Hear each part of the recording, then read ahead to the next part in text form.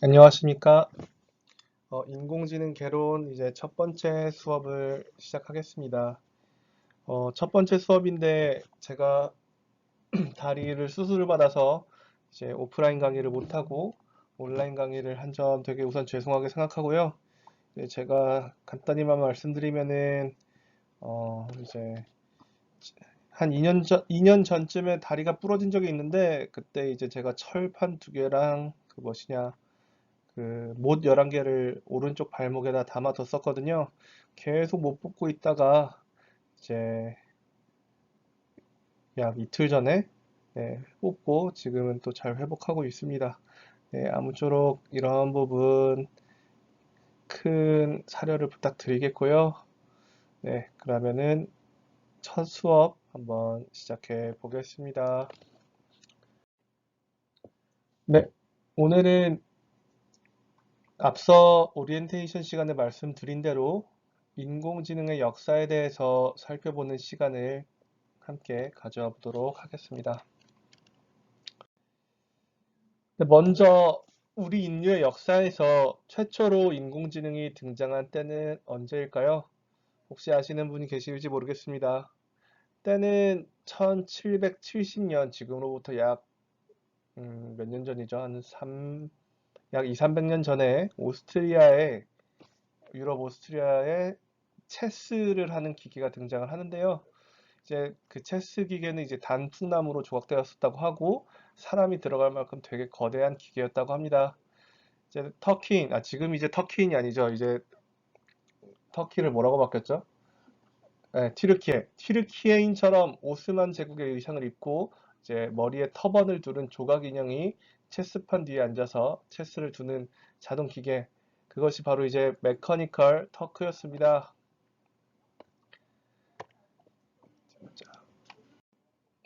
이 메커니컬 터크란 기계의 무척 놀라운 점이 있었는데요. 그것은 1700년대인데 그 기계가 스스로 체스를 둔다는 건데요. 또한 이 기계의 체스 실력이 대다수의 사람을 이길 정도로 실력도 되게 뛰어났다고 합니다. 그래서 이 메커니컬 터크 갖다 시합을 할 때 항상 체스를 두기 전에 기계를 열어서 사람들에게 내부를 보여주고 시합을 시작하였다고 합니다. 그래서 캐비닛을 닿은 다음 이제 태엽을 감아 올리면 이제 메커니컬 터크의 나무 인형의 팔이 자동으로 움직이면서 이제 체스를 두는 그런 모습을 보였다고 하죠. 이 스스로 체스를 두는 이 놀라운 기계는 당시 엄청난 인기를 끌었었다고 하는데요. 이제 벤저민 프랭클린부터 나폴레옹까지 당시 유명 인사들이 모두 이 기계와 체스를 두었다고 합니다. 이 유럽에서 인기를 무척 끌던 메커니컬 터크는 1826년에는 이제 드디어 미국으로 건너가게 되는데요. 그래서 뉴욕에서 전시회를 열게 됩니다. 그러던 와중에 이제 검은 고양이로 유명한 미국의 추리소설가 에드거 앨런 포에게도 메커니컬 터크가 눈에 띄게 되는데요. 이제 메커니컬 터크 저것을 보고 되게 이분이 되게 의심을 하신 거죠. 저거 진짜 기계가 맞나? 사람 아닌가? 그런 식으로 했다고 하는데요. 이게 에드거 앨런 포가 메커니컬 터크에 대한 집착이 매우 심했다고 하는데 이제 메커니컬 터크에 대한 에세이까지 집필하게 이르고요. 왜냐면 무척 의심스러울 만한 게 이 나무 인형이 당시에는 아직 컴퓨터라는 개념이 등장하지도 않았던 1700년대, 1800년대에 이제 자동으로 고도의 지적 능력이 필요한 체스를 둔다고 하니 이제 어찌 보면 기적 같은 일과 마찬가지였다고 보일 수도 있었겠고요. 그래서 에드거 앨런 포의 에세이에 따르면은 만일 체스를 둘 줄 아는 기계가 존재한다면 그 기계는 언제나 실수하지 않고 항상 우승을 해야 한다고 주장을 했습니다. 근데 이상한 점은 메커니컬 터크는 가끔 사람들에게 패배하기도 했다는 건데요.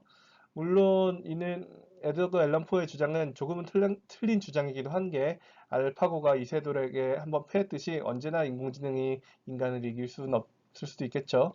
하지만 지금의 컴퓨터가 적어도 계산 실수는 절대로 하지 않는다는 점에서 당시에는 보기 드문 통찰력이 담겨 있었다고 보고 있습니다. 그래서 이 지금 슬라이드의 만화는 에드거 앨런 포가 이 메커니컬 터크 전시회를 보면서 무척 고뇌하고 있는 이제 카툰을 제가 따라와 봤고요. 오른쪽에 있는 더 체스 플레이어라는 것은 이 에드거 앨런 포가 쓴 에세이의 표지입니다. 사실 나무팔이 체스의 말을 집어서 정확한 위치에 그 말을 옮기는 것도 어찌 보면은 이 체스를 한다는 것과 별개로 그것도 매우 기적 같은 일일 수가 있는데요. 이게 체스의 말을 나무에 팔이 짚는 것이 뭐가 어려운 일이야? 라고 반문하실 분도 계실 수 있겠는데요. 이제 카네기 멜론 대학의 한스 모라백 교수는 이제 어려운 것은 쉽고 되려 쉬운 것은 어렵다는 이제 모라백의 역설을 주장하는데요. 이게 쉽게 말하면은 5살 배기 아이에게 쉬운 일이 기계한테는 어렵고 반대로 기계한테는 쉬운 일이 인간에게 어려운 무척 역설적인 상황을 뜻하는데요. 체스 말을 옮기는 것도 이와 같은 역설에 해당할 수가 있겠죠. 지금 오른쪽에 보시면은 지금 로봇이 산을 엉금엉금 내려오고 있는데요. 사실 우리 같은 인간이 이렇게 뭐 그렇게 가파르지 않은 저 산길을 내려오는 건 크게 어려운 일은 아닐 것입니다. 하지만 분명 아직도 이 기계들은 무척 어려워하고 있고요. 또 뿐만이 아니라 지금 아래에 있는 그림처럼 강아지랑 빵을 구분하는 태스크인데 사실 저희 인간들은 빵이랑 강아지랑 아무리 닮았다고 하지만 이 사진들을 보고서 강아지를 구분하는 게 그리 어렵진 않죠. 하지만 이런 AI 모델들은 종종 이런 실수를 할 수 있다는 것이고요. 오른쪽에 있는 캡차 같은 것도 이제 여러분들께서 뭐 어디에 사이트에 가입하실 때 많이들 보셨을 텐데 저기에 있는 게 캡차라고 저희는 쉽게 읽을 수 있을지 몰라도 이제 컴퓨터가 봤을 때는 저게 캡차라고 보이기 매우 어렵다고 합니다. 어쨌든 인간에게는 쉬운 게 기계에는 어려운 일들이 있을 수가 있다. 이것이 모라벨의 역설이라는 것이고요. 어쨌든 메커니컬 터크가 말을 짚는 것도 이에 해당한다고 보시면 되겠습니다. 그래서 메커니컬 터크의 비밀은 무엇이었을까요? 이제 다들 예상하셨겠듯이 이제 사람이 안에 들어가 있었던 건데요. 근데 놀랍게도 이 비밀은 약 80여 년 동안이나 밝혀지지 않은 채로 메커니컬 터크는 전 세계를 돌아다녔다고 합니다. 이제 에드거 앨런 포는 나무 인형의 안에 사람이 있을 것이라 예측했지만 사실은 사람은 나무 인형 안에 있는 게 아니라 기계 안쪽에 있었다는 것이고요. 이제 80년 동안 이 조그만한 상자 안에 들어가 있던 체스 마스터는 6명 이상이었고 그중 한 명은 두 다리가 없는 분도 있었다고 하네요. 마지막 체스 마스터가 쿠바에서 황열병에 걸려서 죽고 말았는데 이에 상심한 메커니컬 터크의 소유자는 유럽으로 돌아가던 중 바다에 몸을 던져 생을 마감했다고 합니다. 주인을 잃은 기계 또한 미국의 한 박물관에서 보관되어 오다가 1854년에 화재로 소실되게 됩니다. 결국 이러한 메커니컬 터크는 실제 인공지능을 소유한 기계는 아니었지만 그럼에도 불구하고 모두에게 인공지능이 존재하는 듯한 환상을 심어줬다고 보실 수 있겠는데요. 즉, 인공적인 인공지능, Artificial Intelligence인 것입니다. 결국 메커니컬 터크는 당시로서는 최초의 인공지능 기계처럼 보였을 텐데요. 그러나 진짜는 아니었고 사실상 실제로 인공지능이란 개념은 이로부터 약 200년이 더 흐른 뒤에야 등장하게 됩니다. 그렇다면 인간이 들어앉아 기계를 모사하는 가짜 인공지능이 아니라 쇳덩어리 기계가 인간의 자리를 호시탐탐 엿보는 그러한 진정한 인공지능의 시초는 언제부터일까요? 어, 해당 다이어그램은 인공지능의 주요 발견들, 업적들을 요약한 다이어그램인데요. 이제 1940년도에 이제 뇌를 모사하는 시도가 있었고, 그리고 50년도에 펄셉트론이라는 게 나왔고, 이제 또 60년도, 70년도쯤에 이제 아다라인까지 나오고, 근데 XOR 프로그램이 나타나서 이제 다크에이지, AI 윈터가 한번 덮쳤었고요. 그 이후에 이제 멀티레이어드 퍼셉트론, 이제 백프로파게이션이라는 것을 나왔고, 이후에 이제 딥 뉴럴 네트워크까지 나오면서 지금 저희가 현재 누리고 있는 인공지능의 시대가 왔다는 것입니다. 그래서 본 강의에서는 이 최초의 이제 인공지능의 뭐랄까 역사적 발견 중 하나인 이 맨 앞에 있는 일렉트로닉 브레인, 이 부분부터 하나하나 저희가 짚어갈 수 있도록 하겠습니다. 결국 이 사진도 제가 넣은 이유는 이게 당시 한 1940년대, 50년대경에 IBM에서 찍은 사진이라고 하는데요. 이제 컴퓨터라는 개념이 과거랑 현재랑 매우 달랐다는 것을 알 수가 있겠죠. 이제 결국 인공지능이 학문 분야로 들어서게 된 것은 약 1956년도에 이르러서라고 사람들은 보고 있고요. 자, 어디 보자. 그래서 먼저 인공지능 역사에서 가장 중요한 발견 중 하나를 같이 이야기를 나눠보겠습니다. 그것은 1943년에 인공신경망에 대해서 발표한 최초의 연구인데요. 이제 신경정신과 교수인 워렌 맥클록 교수와 젊은 수학자였던 월터 피츠는 Logical Calculus of Ideas Immanent in Nervous Activity라는 오른쪽에 있는 그림과 같은 논문을 발표하는데요. 이 논문에서는 우리 두뇌의 뉴런의 작용을 0과 1로 이루어지는 이진법 논리 모델로 설명했고, 이는 인간 두뇌에 관한 최초의 논리적 모델이라고 보시면 되겠습니다. 이렇게 현재 인공지능의 트렌드를 이끌고 있는 딥러닝에 대한 연구의 그 기원은 약 80년 전까지 거슬러 올라가게 됩니다. 이러한 대단한 학술적 발견이 있기까지 우선 월터 피츠에게는 어떤 일들이 있었는지 간략히 소개를 해드리겠습니다. 월터 해리 피츠는 차후 설명드릴 연결주의의 창시자로서 인공지능 세계에 막을 연 천재 중 한 사람입니다.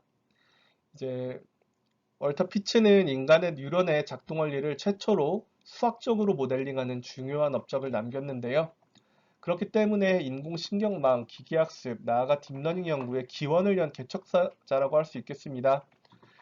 그래서 이분이 하신 여러 가지 일들, 썰들을 좀 같이 이야기를 들어볼 텐데요.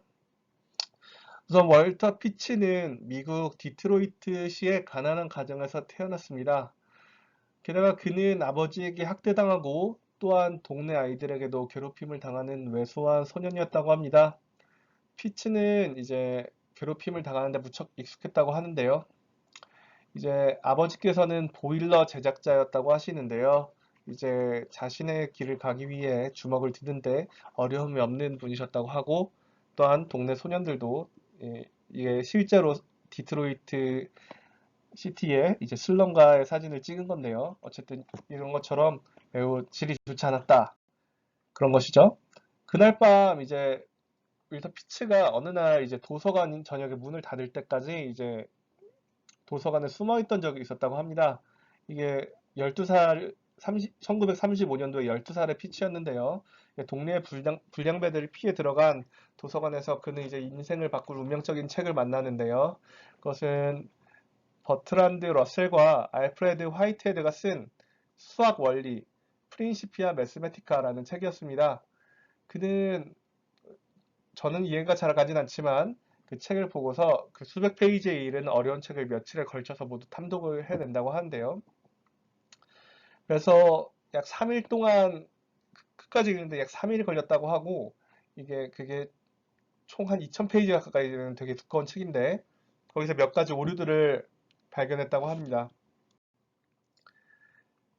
그래서 이 책이 도대체 얼마나 어려운 책이냐면은, 이제 세상에는 참 읽기 어려운 책들이 많은데 이제 이 책은 쉽게 말해서 기초 집합론을 시작으로 해서 순수 수학을 정의한 최고 난이도의 수학책이라고 보시면 되겠고요.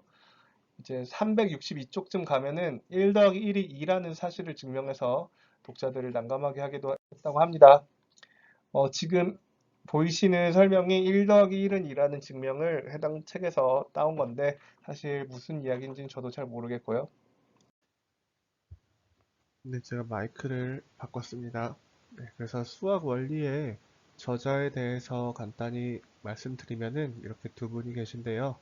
왼쪽에 버트란드 러셀이라는 분은 영국의 수학자, 논리학자, 철학자, 역사가, 사회개혁운동가 등 이제 다방면에 걸쳐서 여러 업적을 남긴 대학자신데, 이제 말년에도 반핵운동, 반전운동 등을 지속했고 당대 최고의 명사이기도 했습니다. 1950년에는 노벨 문학상을 수상했다 하고요. 그리고 두 번째 저자인 알프레드 놀스 화이트헤드는 오른쪽에 계신 분이신데 해당 분 또한 이제 영국의 철학자이자 수학자인데요. 20세기를 대표하는 철학자의 한 사람으로서 수리 논리학의 이제 대가 중 한 명이라고 보시면 될 것 같습니다. 어쨌든 다시 이야기로 돌아와서 그, 그 해리 피치는 이 오류를 발견했다고 하지 않습니까? 그래서 이 소녀는 러셀에게 이 책의 오류를 설명하는 편지를 작성을 해서 버트란드 러셀에게 보냈다고 합니다. 근데 이제 러셀은 이 12살, 뭐 우리나라 따지면은 초등학교 한 5, 6학년 정도 되는 이 소년이 이런 자신의 이런 책의 오류를 발견한 것에 큰 감동을 해서 이 소년을 영국에 데려와서 이제 케임브리지 대학원에 입학을 시키고 자기 제자로서 기르려고 했었는데 현실적인 이슈로 그것은 어려웠다고 하고요. 다만 이 편지를 보낸 3년 뒤에 이제 버트란드 러셀이 시카고 대학교를 방문할 것이라는 소식을 듣고서는 이제 15살 소년은 집을 떠나서 어, 일리노이로 향했다고 하죠. 그래서 그 이후에 다시는 그는 이제 디트로이트 시티를 방문하진 않았다고 합니다. 네, 그리하여 이제 월트 피츠는 이제 러셀 교수를 만나게 됩니다. 미국 시카고 대학에서. 그래서 이제 러셀은 이제 이 소년을 이제 왼쪽에 그림과 같은 이제 로돌프 카르낙 교수에게 데리고 가는데요.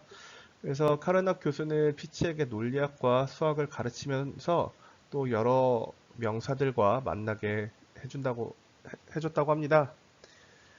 이제 왼쪽에 루돌프 카르낙 교수는 이제 독일 출생의 미국 철학자로서 이제 논리 실증주의, 논리 경험주의의 대표적인 학자 중 한 명이고요.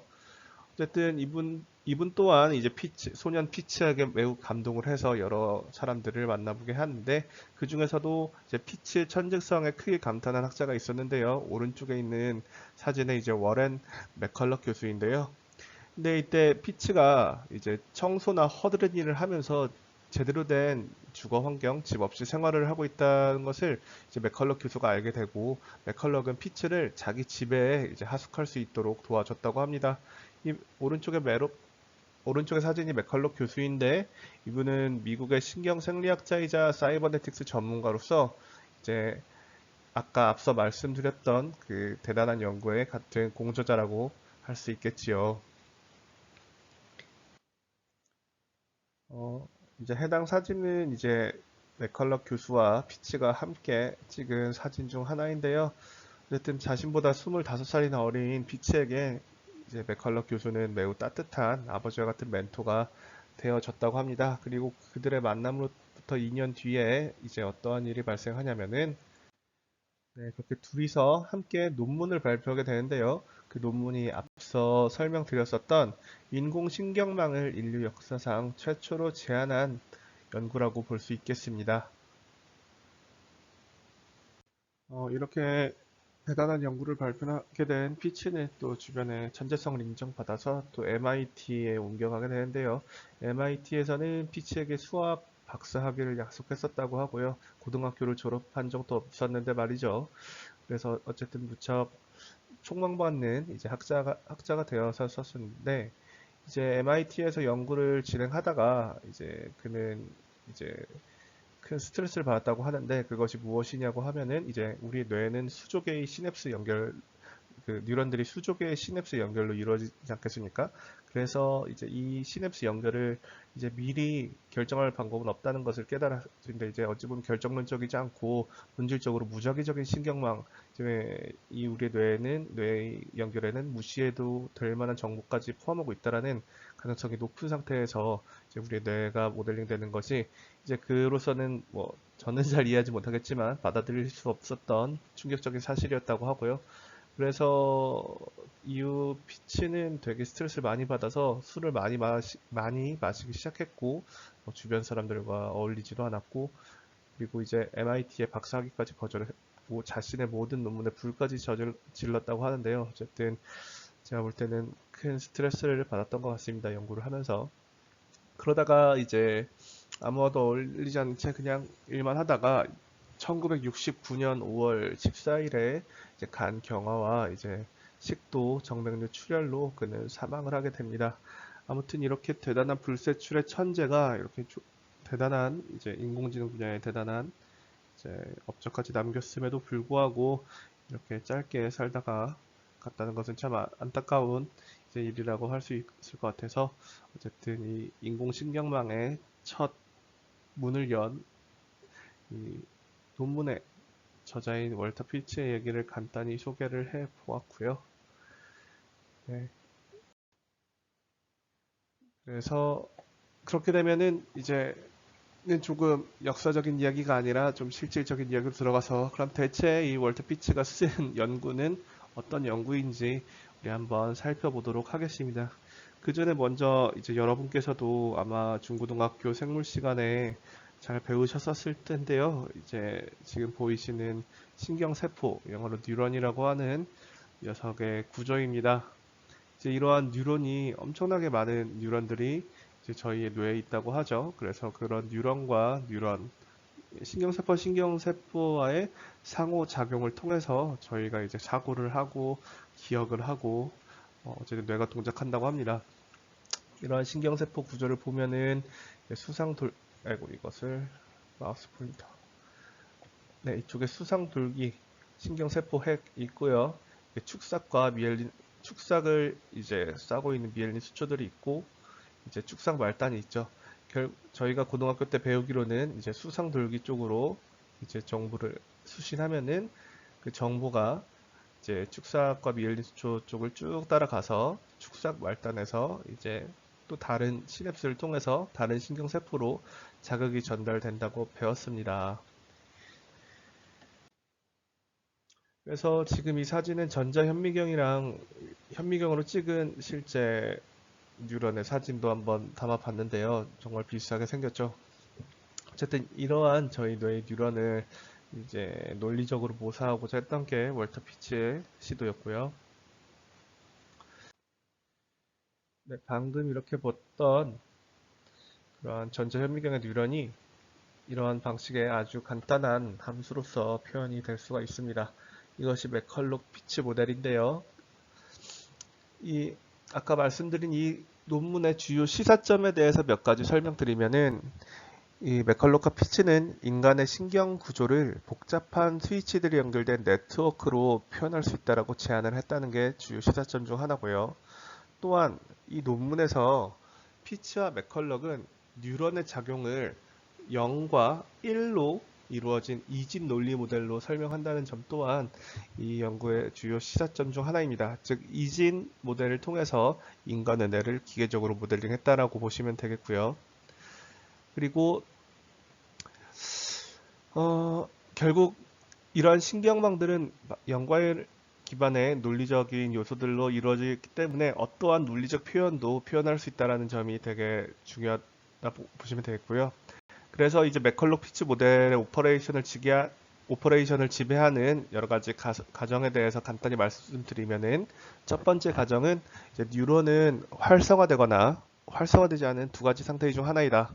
즉 뉴런은 이제 활성화가 되든 안 되든 둘 중 이진 스테이트 중 하나라는 것이 중간 단계, 뭐 적절히 약간만 활성화되어 있다, 뭐 그런 상태는 애초에 정의를 하지 않는다는 것이고요.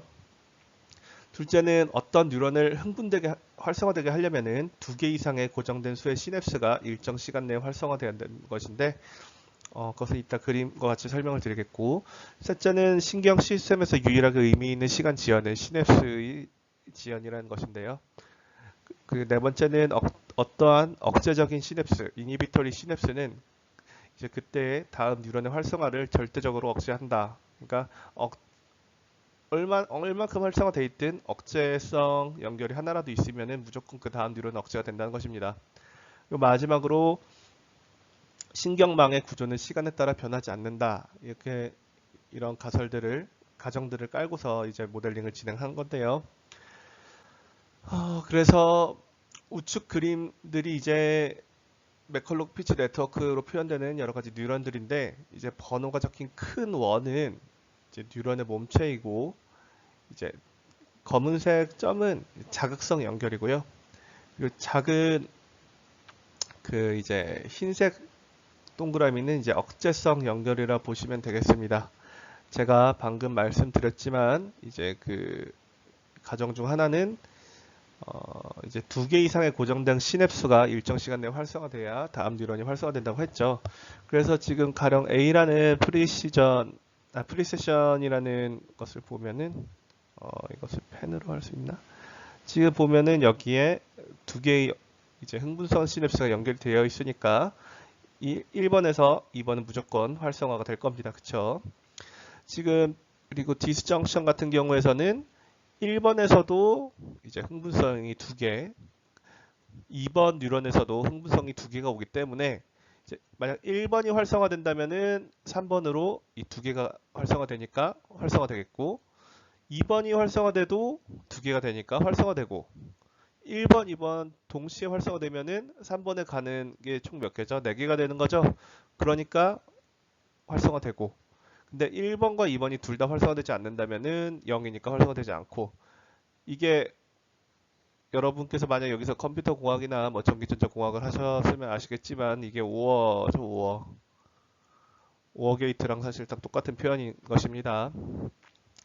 세 번째 콘정션 같은 경우는 이제 지금 보시면은 뉴런마다 검은색 점이 하나씩 달려 있죠. 그러니까 1번 뉴런이 활성화돼도 갈 수 있는 자극은 흥분성 자극은 하나밖에 없고 2번도 하나밖에 없기 때문에 1번과 2번이 동시에 활성화되어야만 3번에 가는 자극이 2가 되겠죠. 이것은 AND 게이트를 말하는 것입니다. 1번, 2번 뉴런 둘 다 활성화돼야 3번에 자극이 간다는 말이고요.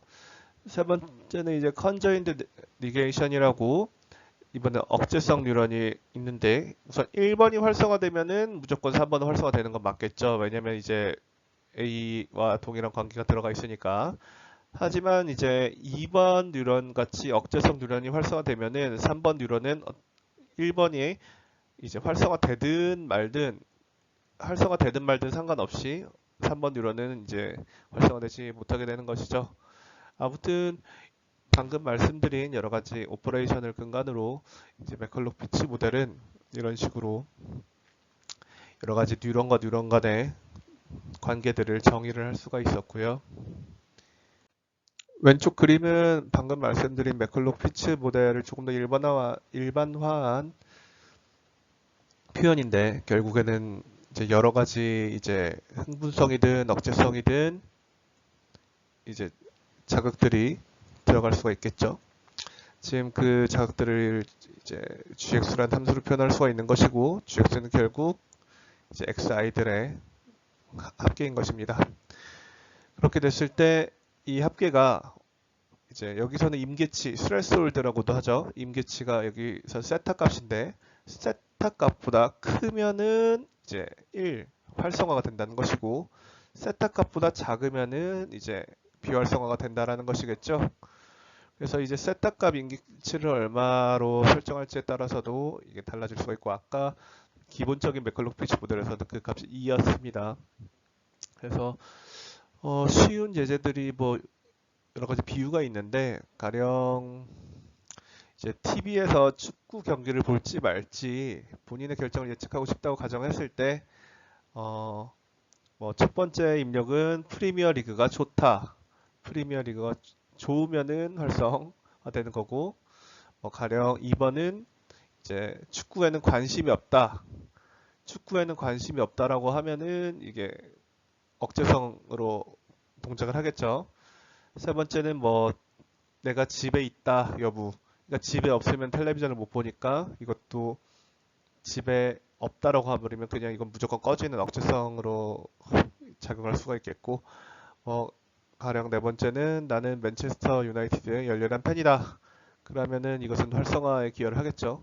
그래서 이것을 총 서메이션 했을 때 임계치 이상이면은 이제 활성화가 된다 라고 보시면은 좋을 것 같습니다. 간단하죠. 지금 저희는 이것을 아주 간단하게 설명을 하고 있지만 아무것도 없던 상황에서 이제 뉴런의 신경과학자와 이제 컴퓨터 과학자가 서로 고민을 해서 이제 뉴런의 동작하는 방식 자체를 이러한 논리적인 표현으로 이제 처음에 생각했던 그 맥컬루카 피치는 무척 고민을 많이 했을 것 같습니다. 다음 그림은 이제 맥컬룩 피치 모델 논문에서 사용한 그림들인데요. 이제 매우 다양한 뭐 이렇게 단순한 것도 있지만 무척 복잡 다양한 이제 뉴런과 시냅스 간의 그런 관계들을 나타내고 있습니다. 맥컬룩과 피치가 이제 뉴런과 뉴런 사이의 그러한 구조학적인 연결 관계를 논리학적으로 풀어낸 모델링은 이제 이러한 인공지능 분야에서 큰 발견 중 하나였는데요. 이제 이뿐만이 아니라 또 1949년에 해브의 학습 규칙이라는 것이 또 발표가 되는데 이 또한 이제 인공지능 모델의 학습 규칙의 토대가 되는 중요한 발견이라고 할 수가 있습니다. 우선은 헵은 도널드 헵 교수는 이제 캐나다의 이제 생리 그리고 심리학자인데요. 그래서 인간 두뇌의 작용은 개별 신경세포에 의해서 이루어지는 것이 아니라 그들 간의 연결 강도로 정해진다는 연결주의, 이제 코넥셔니즘을 주장하여 우리의 두뇌가 신경망으로 활동하고 있음을 이제 주장한 학자인데요. 이 헤베 학습 규칙이 무엇이냐면은 두 개의 결합된 신경세포의 동시다발적 활성화가 반복되면 그 둘 사이의 연결 강도가 증가한다라는 것인데요. 즉 인간의 학습이란 다시 말해서 두 뉴런 사이의 연결 강화를 의미한다는 것입니다.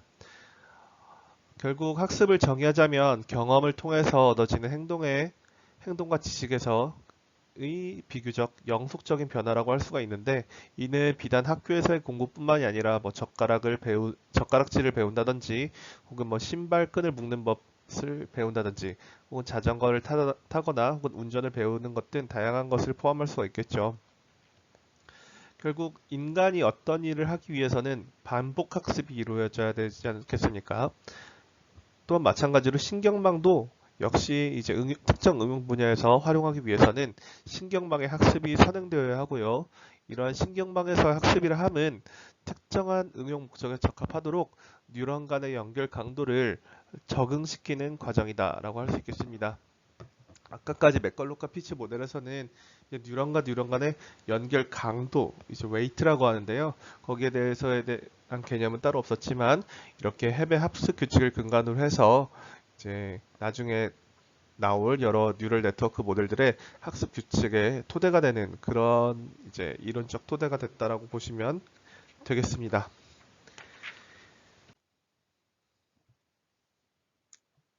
그 다음에 이제 1958년도에 발표된 이제 로젠블라트의 펄셉트론 모델이 있는데요. 이제 프랭크 로젠블렛은 이제 미국의 신경생물학자입니다.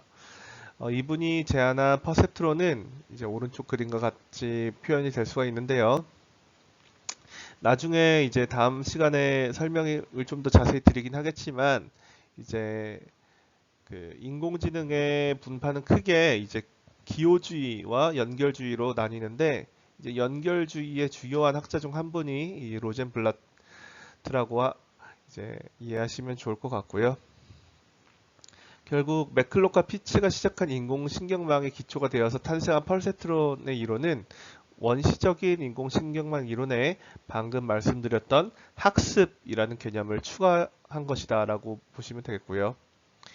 이제 실제로 생물학적 신경망 내에서 반복적인 시그널이 발생할 때 신경세포들은 그 시그널을 기억하는 일종의 학습 효과가 있는데요. 이를 이제 웨이트, 여기 그림에서 보시면은 지금 이렇게 W라고 표시가 된 게 이제 웨이트를 나타낸 것입니다. 이러한 가중치를 이용해서 인공신경망에 구현한 것이 펄셉트론이라고 보시면 되겠습니다. 펄셉트론이 동작하는 방식은 무척 간단합니다. 이제 각 노드에 보시면 이 노드에 방금 말씀드린 이 가중치가 있겠고요. 그리고 이 노드에 입력된 이제 입력값들이 있지 않겠습니까? 그래서 각 입력과 그에 해당하는 가중치를 곱한 것을 모두 합한 것. 지금 요 녀석과 곱해서 합해지고, 곱해서 합해지고, 곱해서 합해지고, 곱해서 이렇게 합해진 것. 지금 여기서는 이런 식으로 오른쪽 하단에 있는 수식처럼 표현이 되겠죠. 이러한 곱한 것이 활성함수에게 판단되는데 그 값이 임계치, 스레스홀드, 여기서 세타라고 표현이 되죠. 보통 0을 기준 삼아서 이 스레스홀드보다 크면은 뉴런이 활성화되고 그렇게 컸을 때는 1이 출력되고 이 스레스홀드보다 낮을 때는 0이 출력되는 것입니다. 결국 맥컬록 피츠 모델에서 이제 웨이트라는 개념이 추가된 것이라고 보시면 되겠는데요. 결국 이 각 입력 신호마다 다른 가중치가 부여될 수가 있겠죠. 가령 W1은 이제 뭐 1이라든지 뭐 W3은 뭐 4라든지 이렇게 가중치가 달라지면은 또 가중치가 클수록 그 신호가 훨씬 더 증폭되어서 전달된다고 보시면 되겠습니다. 그래서 지금 보이시는 거는 퍼셉트론 모델이 해결할 수 있는 이제 선형적인 이슈인데요. 퍼셉트론은 이제 AND, OR, NAND 같은 선형적인 문제는 잘 해결할 수 있습니다. 근데 지금 그림에는 표시가 되지는 않았지만 XOR 같은 비선형 문제는 풀 수가 없다는 것이 로젠블라트 퍼셉트론 모델의 한계인데요. 결국 이렇게 특정 직선을 통해서 분류가 되는 이런 이슈들은 퍼셉트론이 쉽게 해결을 할 수가 있습니다. 근데 직선 하나로 해결이 되지 않는 그런 이슈들이 있거든요. 지금 이제 그림은 안 그려놨는데 지금 가령 특정 공간에서 동그라미와 X 표시를 나누려고 했을 때 이제 선 하나로는 어떻게 그어도 이 두 개가 제대로 분류가 되지 않습니다. 이를 분류할 때는 이렇게 최소 선 두 개가 필요한데요. 이러한 XOR 문제는 이제 퍼셉트론이 해결할 수 없다라는 것이 이제 퍼셉트론의 주요 비판점 중 하나였고, 네, 이로 인해서도 많은 이슈들이 있었는데 그거는 또 차후 조금 더 자세히 설명드릴 수 있도록 하겠습니다. 지금까지는 이제 신경망을 어떻게 모사해 왔는지 이렇게 피치의 모델, 그리고 헤베 학습 규칙, 로젠블라트의 퍼셉트론 이러한 방식으로 설명을 드렸었는데요. 이제 조금 더 다른 측면으로 이제 아마 다들 잘 아시는 앨런 튜링의 이제 생각하는 기계에 대해서 말씀을 드리겠습니다. 이것은 1950년도에 있었던 일인데요. 먼저 앨런 튜링을 설명드리면은 앨런 튜링은 잉글랜드의 수학자이자 암호학자, 컴퓨터 과학자 등 다양한 이제 방면의 학자였었고요. 이제 케임브리지 대학교의 킹스 칼리지를 졸업하고 같은 대학의 교수직을 맡았었다 합니다. 이것은 사담이지만 저희 지도 교수님께서도 케임브리지 대학교를 나오셨다고 하는데 동문이실 수가 있겠네요. 어쨌든 컴퓨터 과학의 아버지이자 현대 컴퓨터 과학을 정립한 인물로 평가되고 있고 이제 세계 2차 세계대전이 발발했을 때 정부의 요청에 따라 이제 나치 독일군의 이제 암호 해독을 맡아서 연합군의 승리에 크게 기여했던 분입니다. 그래서 세계대전 기간에는 이제 약 이분이 암호를 풀 수 있어서 1,400만 명을 이제 구할 수 있었다고 하는데요. 아마 이제 이미테이션 게임이라는 영화를 보신 분도 있겠지만 왼쪽에 있는 그림처럼 이제 그런 나치 독일군의 애니그마 암호를 만드는 간단한 기계인데 이거를 해독하는 기계를 이제 만든 것이죠. 오른쪽에 있는 사진이 이제 앨런 튜링이 만든 기계라고 합니다. 그래서 앨런 튜링이 1950년에 이제 컴퓨팅 머시너리 앤 인텔리전스라는 계산 기계와 인공지능이라는 논문을 발표했는데요. 사실상 인공지능, artificial intelligence라는 단어가 생기기도 전에 인공지능을 고안하고 이에 광범위한 사용을 예측한 것으로 매우 유명합니다. 해당 논문 속에서 앨런은 현재 튜링 테스트라고 불리는 인공지능의 실험을 제안하기도 하였고요. 지금 보시면은 이제 영국의 화폐에 앨런 튜링 사진이 있는 사진이고요. 오른쪽에 튜링 어워드는 이제 ACM이라는 학회에서 주는 이제 컴퓨터 과학계의 노벨상 같은 상인데 이제 튜링의 이름이 들어가 있는 걸 볼 수 있겠습니다. 그리고 방금 말씀드렸던 1950년도에 발표된 이제 논문의 첫 장을 한번 따봤습니다. 그래서 방금 말씀드린 튜링 테스트도 이제 되게 인공지능에서 큰 이슈가 되는 부분 중 하나인데, 이제 오늘날에는 이제 튜링 테스트라고 불리는 이제 앨런 튜링의 제안은 이제 아까 말씀드렸듯이 1950년도에 발표한 논문에 수록된 내용인데요. 인공지능과 사람의 대화를 통해서 인공지능의 수준을 측정하려는 시도라고 보시면 되겠고요. 테스트는 일반적으로 심판 1인과 응답자 2인으로 구성이 되는데, 응답자 중 한쪽은 사람이고 다른 한쪽은 인공지능입니다. 이때 심판이 질문을 하게 되는데, 이에 대한 대답으로 사람과 인공지능을 구별해내는 것이 이 테스트의 요점이라고 보시면 되겠습니다. 만약 심판이 사람과 인공지능을 구별해내지 못하면은 인공지능은 튜링 테스트를 통과한 것이 됩니다. 튜링은 이러한 테스트를 이미테이션 게임이라고 부르기도 했고요. 튜링 테스트는 아직까지 직접적인 대화가 아니라 컴퓨터 키보드를 이용한 문자로 대화를 나누는 방법으로 이루어지고 있습니다.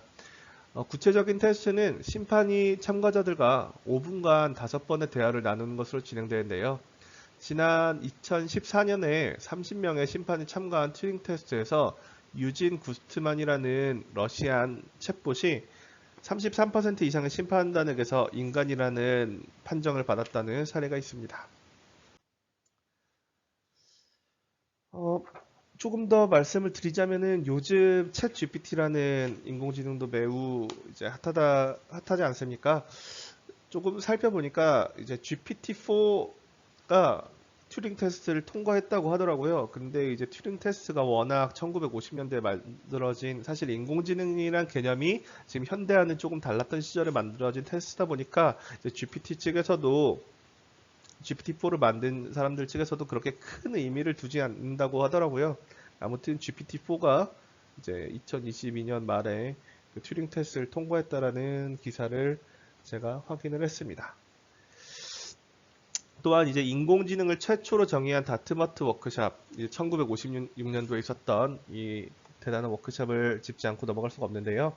인공지능이라는 용어가 처음 등장한 때는 56년 미국 다트머스 대학교에서 마빈 미스키, 클로드 셰넌 등 인공지능 및 정보 처리 이론에 지대한 공헌을 한 여러 학자들이 개최한 학회에서 존 맥카시 교수가 이 용어를 사용하면서부터입니다. 존 맥카시는 왼쪽에 있는 분이신데요. 이제 미국의 컴퓨터 공학자이자 인지과학자입니다. 1971년에 튜링상을 받았다고 하고요. 이제 리스프라는 프로그래밍 언어를 설계 및 구현했고, 이제 56년도에 본 다트머스 학회에서 인공지능이라는 단어를 처음으로 창안했다고 합니다. 하지만 뭐 지금 여기서 AI라는 단어가 처음 나왔지만 그 전에 인공지능의 구현 가능성은 그보다 6년 전 튜링 테스트를 제안한 이제 앨런 튜링의 논문에서도 나왔고, 사실상 43년도에 최초의 심경학 모델도 나왔듯이 이 용어가 정의되기 이전에도 계속적인 학술적 시도는 있었다고 이해해 주시면 좋을 것 같습니다. 그래서 왼쪽에 있는 현판은 다트머스 서머 워크샵을 기념하는 현판이라고 하고요. 이제 오른쪽에 가나 출판사의 재미있는 인공지능 이야기라는 책에서 따온 그림인데, 지금 생각하는 기계를 무엇이라고 할까요? 라는 질문에 이제 지능을 가진 기계이니 이름을 인공지능이라고 합시다 라고 하는 짧은 카툰을 넣어 보았습니다. 그리고 지금 여기서 나오는 분들은 어찌 보면은 여기서 Founding Fathers of AI라고 해서 이런 다트머스 워크샵에 참여했던 여러 학자들을 이제 사진을 넣어봤고요. 그 다트머스 서버 리서치 프로젝트에 이제 보고서도 있길래 한번 따봤습니다. 지금 오른쪽에 있는 아티피셜 인텔리전스가 이 세계에서 최초로 AI를 이제 쓴 AI란 단어를 쓴 보고서라고 하는 거죠. 55년도니까 저희 아버지께서 55년생이시니 아주 오래된 일이라 할 수 있습니다. 네, 금번 강의의 테이크홈 메시지를 한번 정리를 해보겠습니다. 우선 첫 번째로는 이제 피치가 만든 이제 모델, 그리고 이제 헵이 만든 학습 이론을 그리고 이걸 근간으로 만들어진 로젠블라트의 펄셉트론, 이러한 이제 그 연결주의 학자들의 흐름에 대해서 간단히라도 이해를 하셨으면 되게 좋았을 것 같고요. 지금 인공지능 역사 첫 번째 강의에서는 좀 간단히 넘어갔지만 다음 시간에는 이제 이러한 XOR 프로그램, 그리고 연결주의와 기호주의의 대립, 그리고 이로부터 파생된 인공지능의 1차 겨울, 2차 겨울, 그리고 이제 뭐 딥러닝까지 하는 그런 쭉 이야기들을 해볼 예정이고요. 오늘은 좀 간단하게 이러한 흐름으로 이제 신경망 이론들이 발전돼 왔다 이해를 해주시면 좋을 것 같습니다. 둘째로는 이제 튜링과 메카시 이런 분들께서는 이제 인공지능의 개념을 설명을 이제 했는데, 이제 튜링 같은 경우에서는 본인의 논문에서 이제 튜링 테스트를 고안을 해서 인공지능을 판별하는 테스트를 제안한 바가 있고, 메카시는 이제 다트머스 워크샵에서 이제 인공지능이라는 개념을 처음으로 이제 그 단어를 제시한 사람이라고 하시면 되겠고요. 결국 오늘은 이제 온라인 강의다 보니까 이제 좀 최대한 가벼운 주제로 진행을 했는데, 어쨌든 다음 시간에는 조금 더 이러한 흐름들이 어떤 식으로 서로 엮여가면서 인공지능의 기술이 발전됐는지 진행을 하겠습니다. 그래서 인공지능 역사 강의는 이번 강의랑 다음 강의 두 강으로 종료가 될 예정이고요. 조금 더 이제 강의 공지를 드리자면 아마 다음 주에 정도에 이제 과제가 하나 나갈 건데요. 해당 과제는 첫 시간에 말씀드린 것처럼 그 이제 저희 턴 프로젝트, 이제 리뷰 페이퍼 턴 프로젝트에 이제 주제를 설정하는 가벼운 마음의 과제라 보시면 될 것 같고요. 뭐 한 페이지에서 두 페이지 정도 분량되는 짧은 분량으로 이제 본인이 어떠한 주제로 리뷰 페이퍼를 작성하고 싶은지에 대해서 간략한 그런 제안서를 쓰는 것이라고 보시면 좋을 것 같습니다. 너무 부담 가지시지 않으셔도 될 것 같고요. 그때 말씀드린 것처럼 최대한 이제 학위 논문을 안 쓰시고 졸업하시는 분은 뭐 그럴 수 있지만, 뭐 학위 논문을 쓰고 졸업하시는 분들이라면은 인트로덕션 파트에 최대한 활용될 수 있도록 이번 학기에는 조금 더 저도 신경을 써볼 예정에 있습니다. 네, 오늘 수업은 조금 짧지만 여기까지 하겠습니다. 그래서 토요일 저녁에 이제 아마 업로드가 될 예정일 것이고요. 아무쪼록 제가 본의 아니게 첫 번째 강의부터 이렇게 영상 강의로 대체한 점 대단히 죄송하게 생각을 합니다. 네, 수업 들으시느라 다들 고생 많으셨습니다. 감사합니다.